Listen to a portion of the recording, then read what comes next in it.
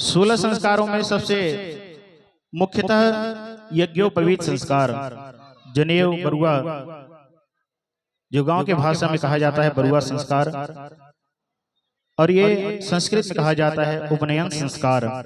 आइए इसके बारे में जानते हैं। हिंदू धर्म में 16 संस्कारों का विधान है, उनमें से एक उपनयन संस्कार है।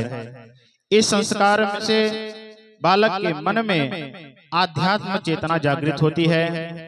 ऐसा संस्कार, ऐसा कहा जाता है कि जब बालक ज्ञान अर्जन कर योग्य हो जाता है तब उसका उपनयन संस्कार किया जाता है। खासकर ब्राह्मणों में इस संस्कार के अति विशेष महत्व है। कालांतर में इस संस्कार की विधि इस प्रकार से बताते हैं कि उपनयन संस्कार क्या है। कालांतर में इस संस्कार का विशेष महत्व है। हालांकि तत्कालीन समय में वर्ण व्यवस्था उपनयन संस्कार से निर्धारित किया जाता है। ऐसा कहा जाता है कि जब बालक ज्ञान हासिल करने योग्य हो जाता है तो उसका जनेऊ संस्कार होता है। समाज में वर्ण व्यवस्था व्याप्त है। इस व्यवस्था के अंतर्गत प्रथम स्थान पर ब्राह्मण, दूसरे स्थान पर क्षत्रिय, तीसरे स्थान पर वैश्य और चौथे स्थान पर शूद्र हैं। इस क्रम में ब्राह्मण बालक का 8वें साल में उपनयन संस्कार होता है, क्षत्रिय बालक का 11वें साल में हो जाता है, जबकि वैश्य बालक का 15वें साल में उपनयन संस्कार होता है। आइए उपनयन संस्कार के जो विधि है उसके बारे में जानते हैं। इस संस्कार में बालक जनेऊ धारण करता है जो धागे से बना होता है। कई ग्रंथों में बालक के भी उपनयन संस्कार के विधान है। हालांकि आजीवन ब्रह्मचारी जीवन व्यतीत करने वाली बालिका ही उपनयन संस्कार करा सकती है। बालक 3 धागे से सजी जनेऊ को धारण करते हैं, जबकि विवाहित पुरुष 6 धागों से बने जनेऊ को पहनता है। इस संस्कार में मंडप सजाया जाता है, मुंडन किया जाता है और बालक को हल्दी इत्यादि भी लगाई जाती है। इसके बाद स्नान कराया जाता है। स्नान के साथ से अन्य कई रीति रिवाजों को ध्यान में रखते हुए इस जनेऊ संस्कार को कराया जाता है।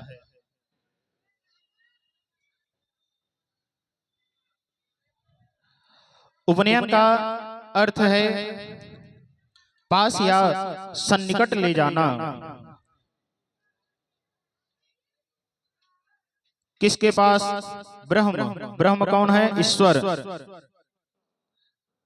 और ज्ञान के पास ले जाना सनातन हिंदू धर्म के 16 संस्कारों में से एक उपनयन संस्कार है।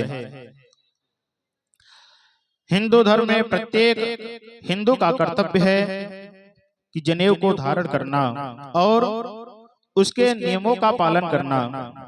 जनेऊ धारण करने के बाद ही द्विज बालक को यज्ञ तथा स्वाध्याय करने का अधिकार प्राप्त होता है। अभी हमारे समाज में इतनी भ्रांतियां फैली हुई है कि लोग शर्माते हैं जनेऊ को पहनने में, कि हम ऑफिस जाएंगे तो जनेऊ को कैसे कान पे चढ़ाएंगे, कैसे जनेऊ को पहनेंगे, लोग देखेंगे तो क्या कहेंगे। अरे क्या कहेंगे, ये हमारा संस्कार है, हमारा अधिकार है, उसको हम पहनेंगे। उसमें हमको लज्जा किस बात की होनी चाहिए? दूसरे समाज के लोग किस तरह से अपने धर्म का पालन करते हैं, लेकिन हम लोग हैं कि केवल जनेऊ पहनने पर, तिलक लगाने पे शर्माते हैं। इस भ्रम को दूर करना है।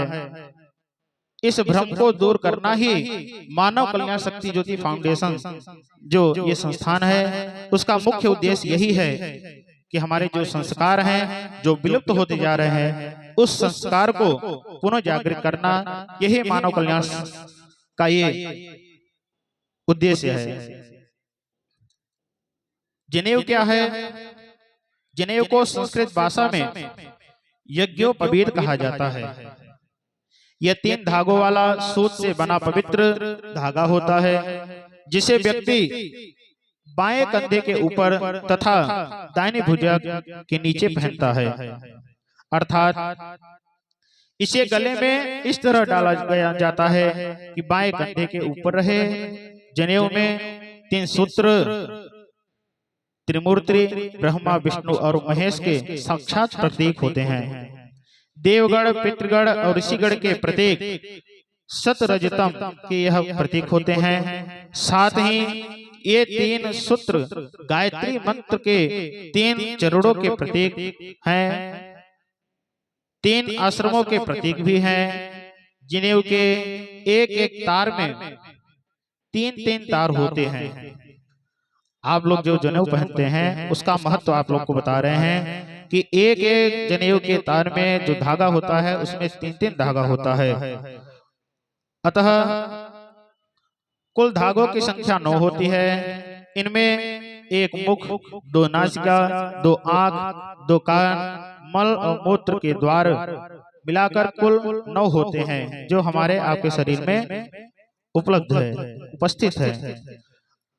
आंखों से अच्छा देखें, कानों से अच्छा सुने। जनेऊ में 5 गांठ लगाई जाती है, जो ब्रह्म, धर्म, अर्थ, काम और मोक्ष का प्रतीक है। ये 5 यज्ञों तथा 5 ज्ञानेंद्रिय और 5 कर्मेंद्रिय का भी प्रतीक होता है। जनेऊ की लंबाई कितनी होती है? जनेऊ की लंबाई 96 अंगुल की होती है। जो जनेऊ की लंबाई होती है वह 96 अंगुल का होता है, क्योंकि जनेऊ धारण करने वाले को 64 कलाओं और 32 विद्याओं को सीखने का प्रयास करना चाहिए। 32 विद्याएं, 4 वेद, 4 उपवेद, 6 अंग, 6 दर्शन, 3 सूत्र ग्रंथ और 9 अरण्यक मिलाकर यह 32 विद्याएं होती है। 64 कलाओं में वास्तु निर्माण, व्यंजन कला, चित्रकारी, साहित्य कला, दस्तकारी, भाषा, यंत्र निर्माण, सिलाई, कढ़ाई, बुनाई, दस्तकारी, आभूषण निर्माण, किसी ज्ञान आदि, यह सब 64 कलाओं में आता है। जनेऊ धारण करने के समय बालक के हाथ में एक दंड भी होता है, जो आपके पास रखा हुआ है।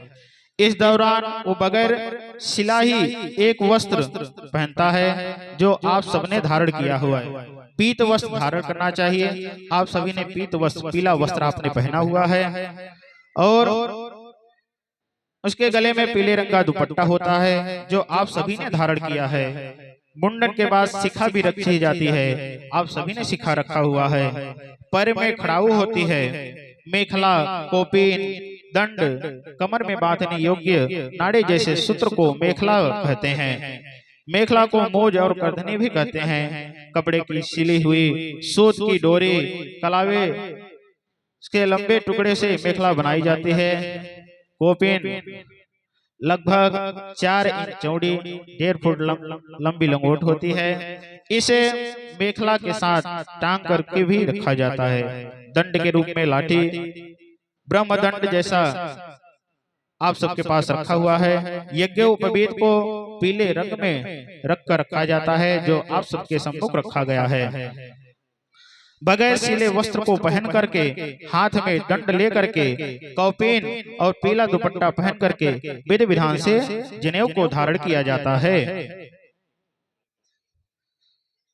तो जैसा कि यहाँ कार्य समुचित रूप से संपन्न हो गए हैं, आइए मुख्य संस्थापक आचार्य पंडित धर्मराज पांडे जी से जानते हैं, और वो कुछ जनेऊ के बारे में कुछ बताना चाहते हैं। तो आइए उनके मुखारबिंद से हम लोग श्रवण करते हैं।